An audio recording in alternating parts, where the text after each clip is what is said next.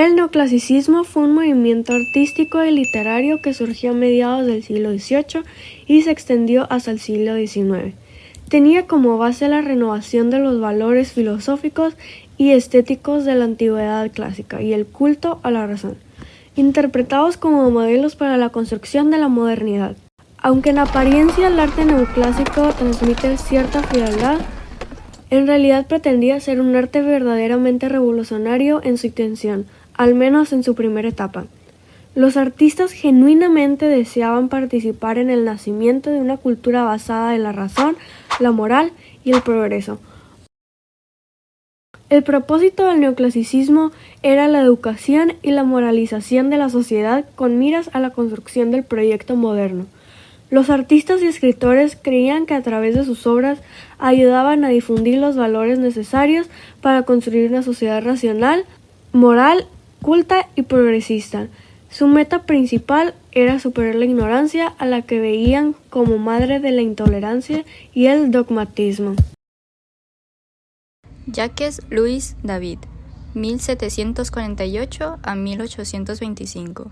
Fue un pintor francés cuya importancia en la época no solo tuvo que ver con su contribución al neoclasicismo, sino también su participación en la Revolución Francesa, llegando a ser amigo de Robespierre y líder de las artes de la República Francesa. Francesco Milisià, 1725 a 1798. Fue un arquitecto italiano y teórico de la arquitectura, importante defensor del neoclasicismo, cuya obra se preocupaba por las dinámicas urbanas de la higiene, los espacios verdes y la apertura de los espacios públicos. Antonio Canova, 1757 a 1822. Fue un escultor y pintor italiano, cuya obra llegó a compararse con la mejor producción de la antigüedad y le otorgó el título del mejor escultor de Europa desde Bernini. Voltaire, 1694 a 1778. Fue un escritor, filósofo, historiador y abogado francés que fue uno de los mayores referentes de la Ilustración, electo en 1746 miembro de la Academia Francesa. Su obra fue variada, con presencia mayormente del ensayo y el teatro.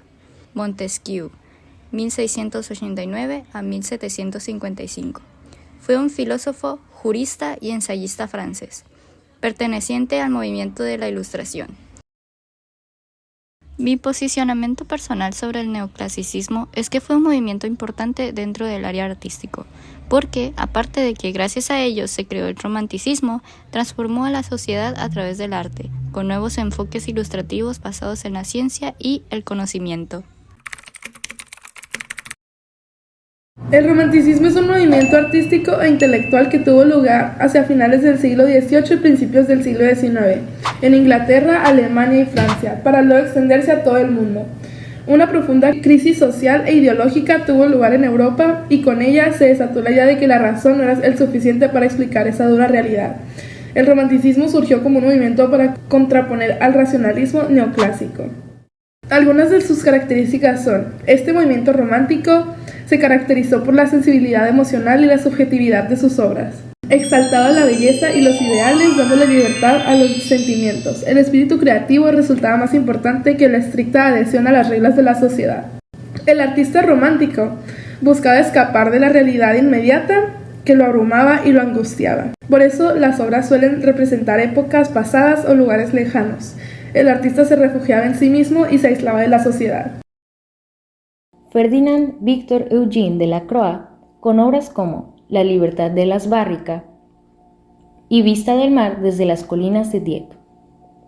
John Constable, con obras como La carreta de heno y La catedral de Salisbury vista desde el jardín del obispo. Hay otros como Heywood Hardy, con obras como A Ride on the Beach y The Two Roses. Charles James Lewis, con Reading by the Window y Children in a Field. Carl Jutz, con Ana de Real, Patos con sus patitos y Corre de pollo con pavo real. La importancia del romanticismo radica en haber promovido la idea del arte como un medio de expresión individual. Se propuso encontrar un equilibrio inteligente entre la sensibilidad y el entendimiento, entre lo interior y lo exterior. Por ello, adquirió un sentido paradójico al impulsar diversas maneras de pensar.